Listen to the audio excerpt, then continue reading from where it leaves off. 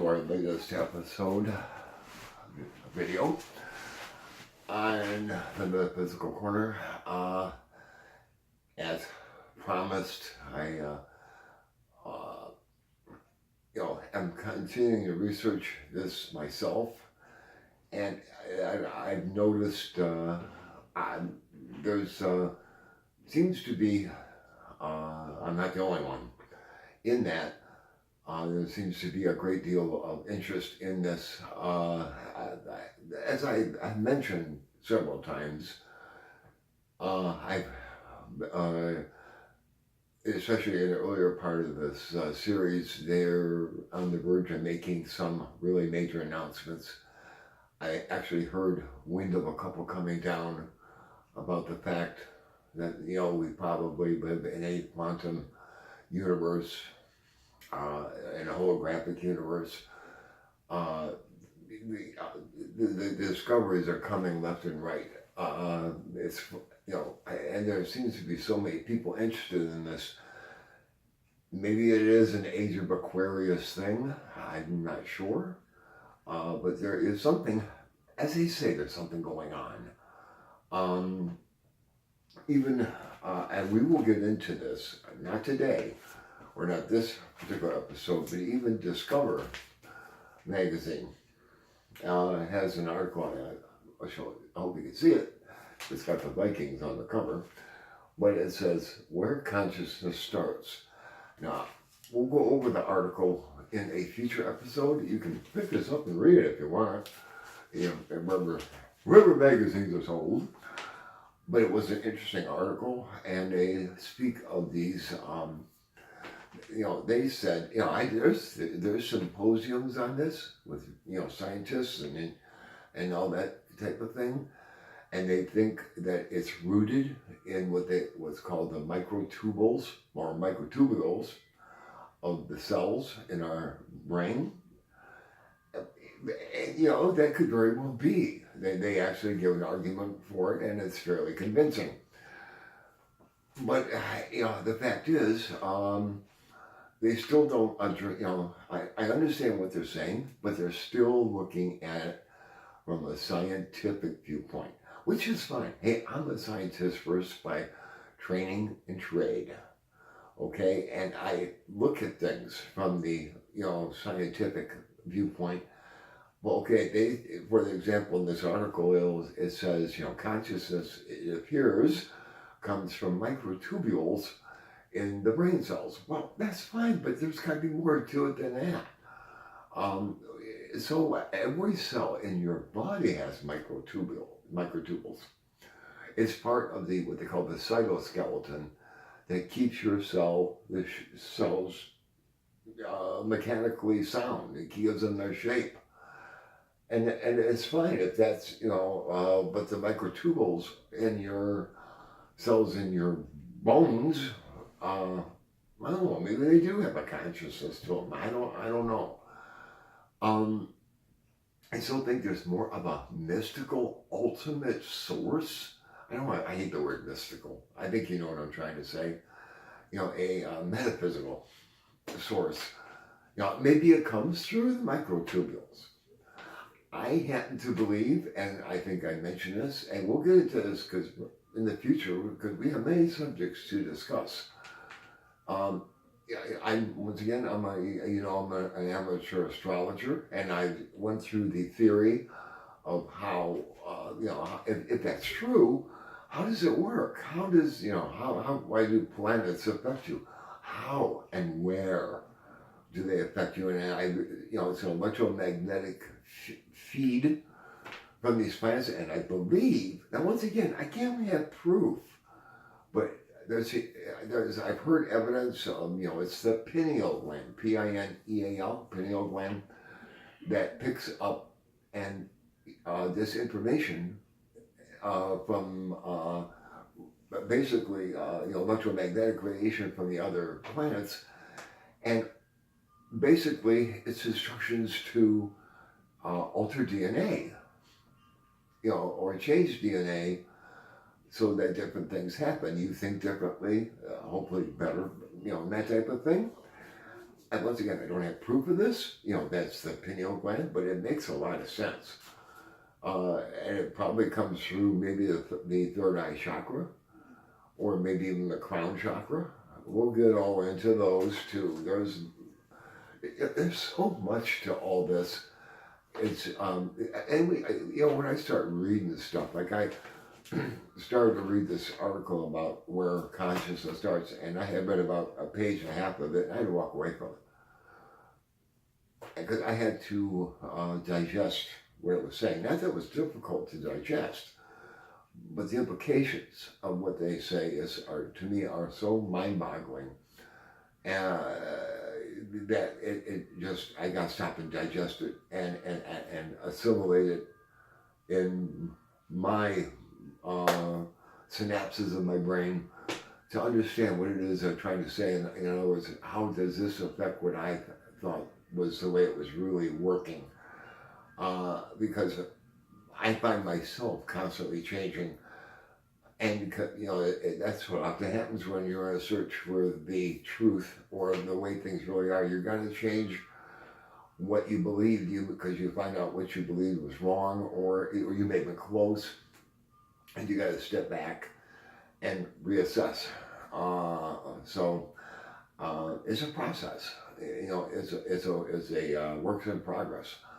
So anyway, what I would like to do though on this molecular consciousness, I would like to read the second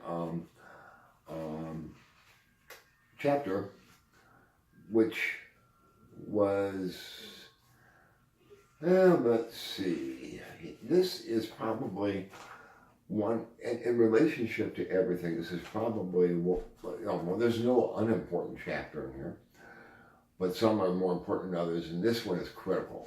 And it's called The Strange Empty World of Atoms. And I have referred to this before too, how atoms are mostly nothing. But once again, she says it far better than I could. So let's go with it. Let's see what she says. And once again, I will interject where I feel I need to, or I just want to make a comment. Chemistry teaches us that matter is composed of entities called atoms. The concept of the atom as a basic unit of matter goes back to the 5th century BCE. It was first suggested and spread, but it was a guy named Democritus, I think that's how you pronounce his name, proposed 2 principles for the formation of the universe: the full and the void, in which particles of matter move, indestructible in infinite number, too small to be visible. This theory, which was nothing but a guess, was rejected 100 years later by Aristotle. The Aristotle we all know. For him, matter was a continuous mass. He denied the existence of any void. Because Aristotle was a very influential person. So long after his death, the atomic theory, though never completely forgotten, was dismissed. Why this great genius rejected the atomic theory, which seems quite plausible when a dry bread crumbles under your fingers, would remain a mystery. So, with that point taken, if mass is continuous, then a piece of bread, dry piece of bread, they say, wouldn't crumble in your hands.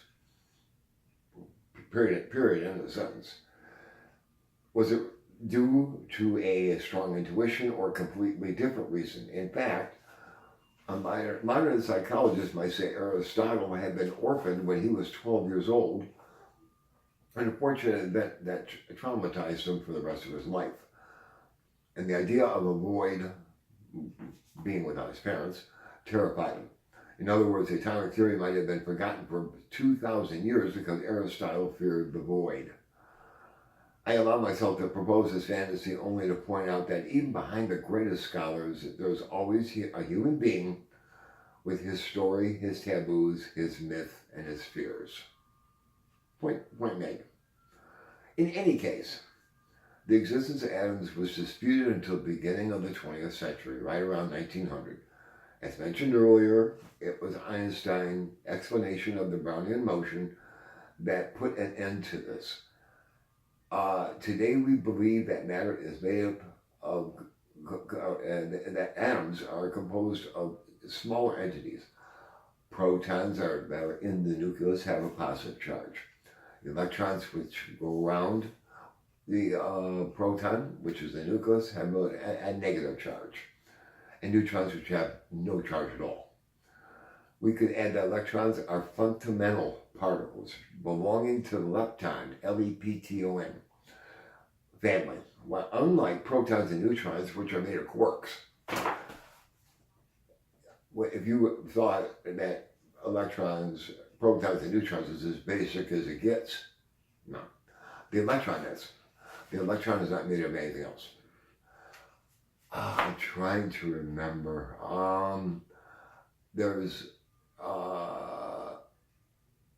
protons and neutrons are made of quarks. There's 4, if I remember, up, down, charm, and strange.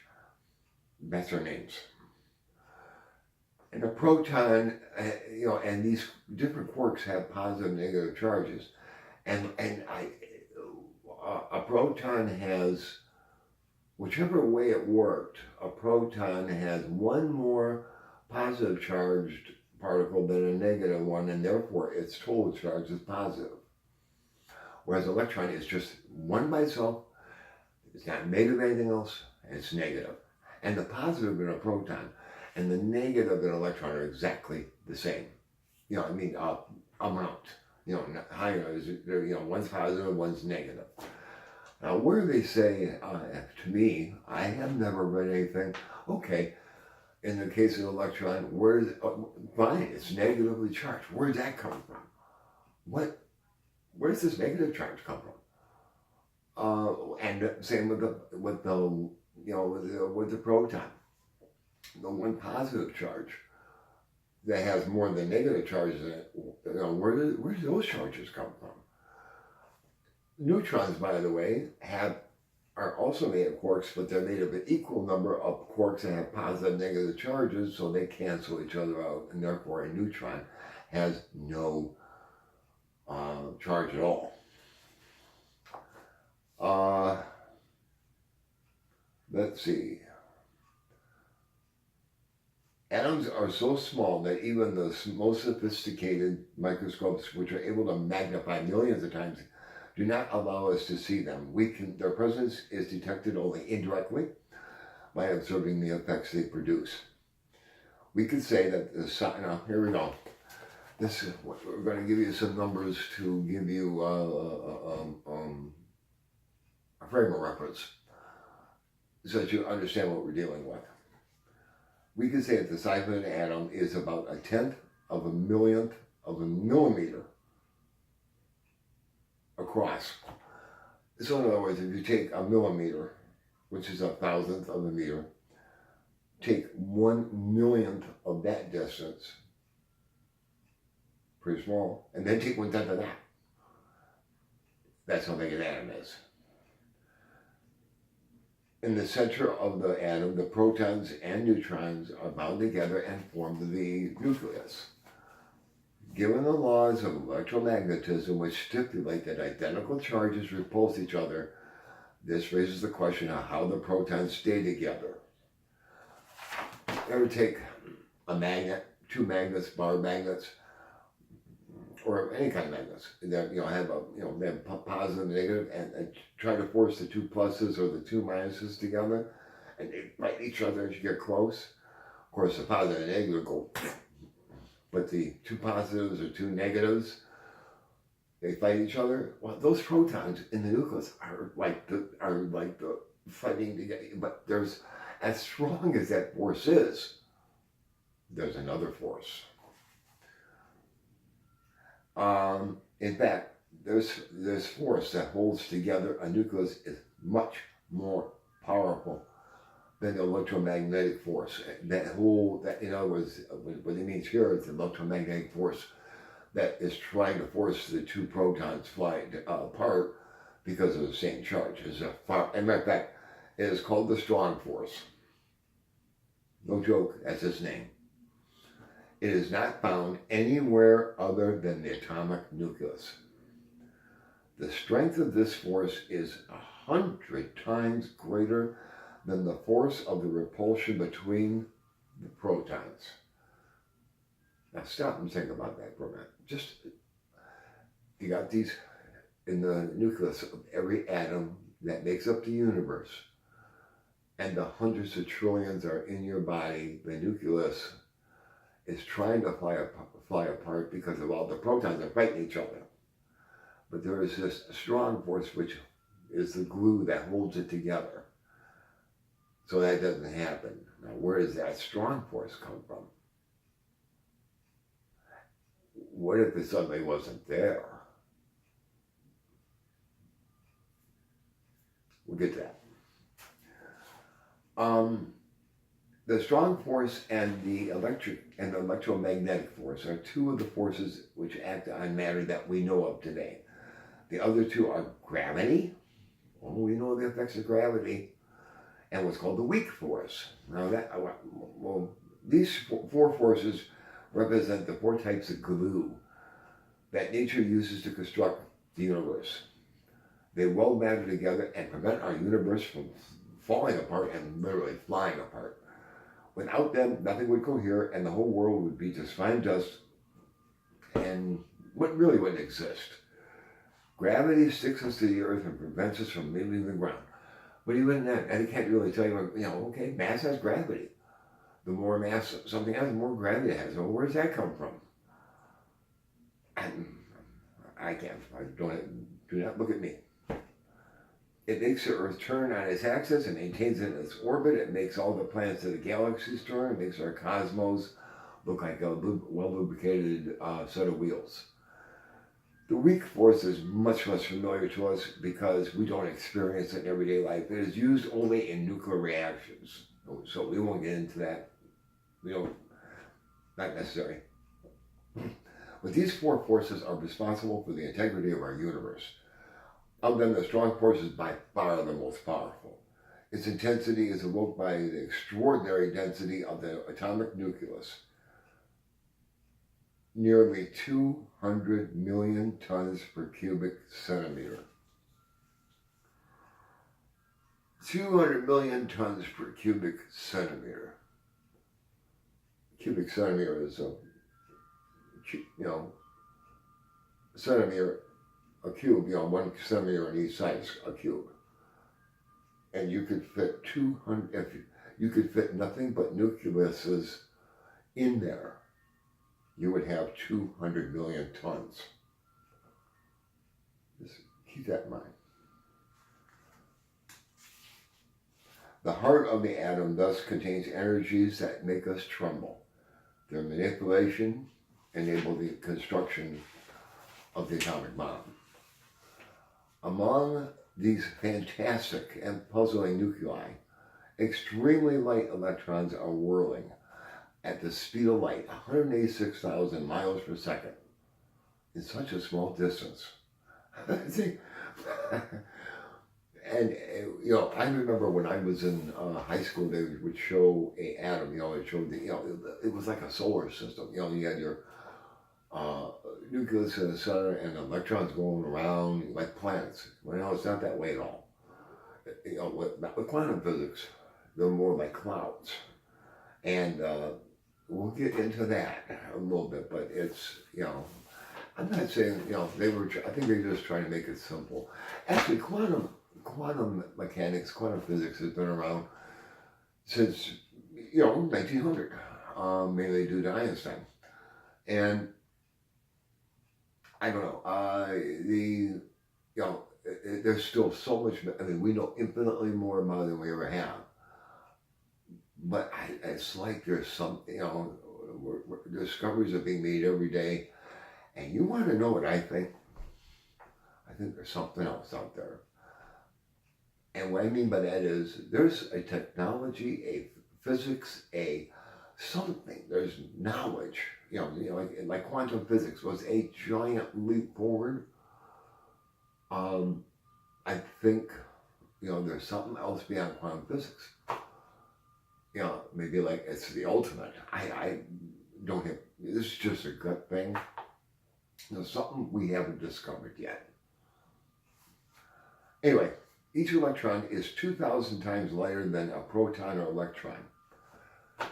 In fact, as I remember, the ratio is 1 over 1,860. In other words, an electron is 1,860 times lighter than a proton, yet they have the same charge. This is not fantasy, folks. This is reality. This is truth. We know this.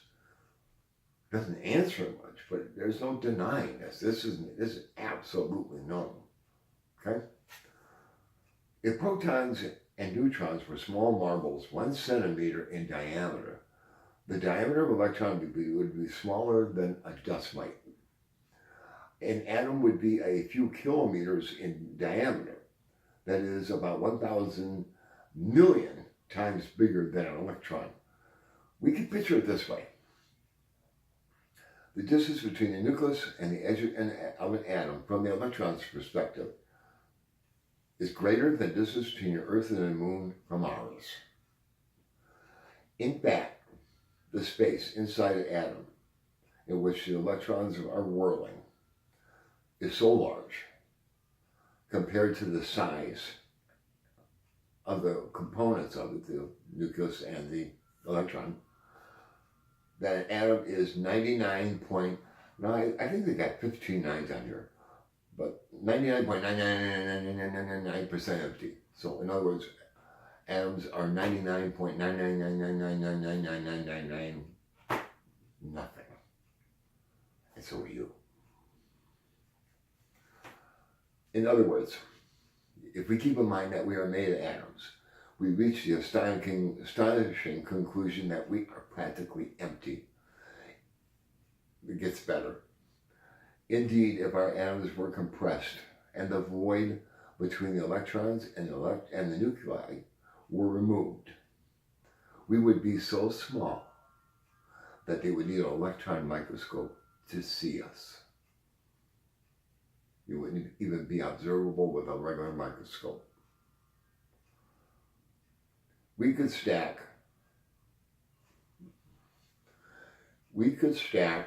all the population of the world in 1 cubic centimeter, and there would still be room left over. I'll repeat that.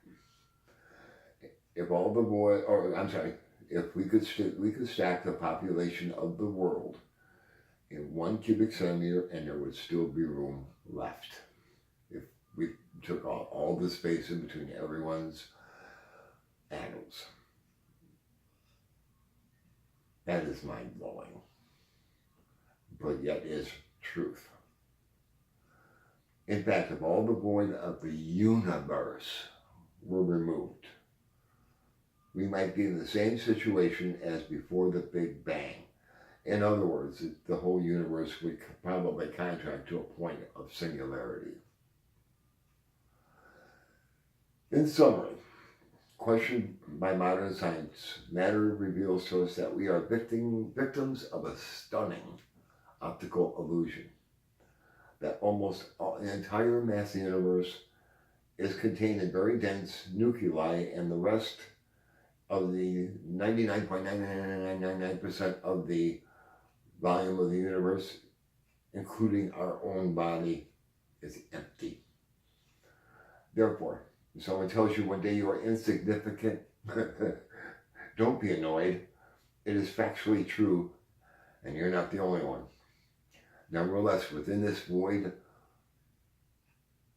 that is you, there are billions and billions and billions and billions and billions of atoms like tiny galaxies. For most of us, most of the time, this strange world doesn't enter our daily thoughts. And yet, this is what we are. It is that of our surroundings and our own flesh, the only one within our reach that controls the simplest of gestures and the slightest of our shivers. Now you see why I said it was important. I hope it gives you some perspective on the nature of reality. we're just scratching the surface. Okay, guys? We're going to get much deeper, and not deep, but there's just so much more to cover.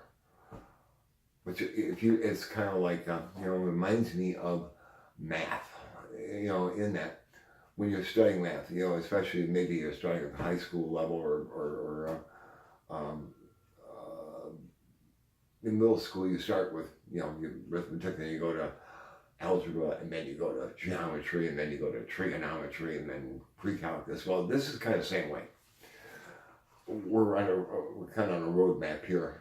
In order to understand quantum physics to any degree of satisfaction and understand what it truly says, you got to understand what we just talked about. This is kind of like the algebra. If quantum physics is the calculus, this is the algebra. You got to understand this. So, for example, how much of reality is nothing. It's empty. So, I will let that sink in. We will continue to our voyage of discovery. And I hope everyone has a fine day. And don't forget to like us on Facebook. And we will see you again shortly.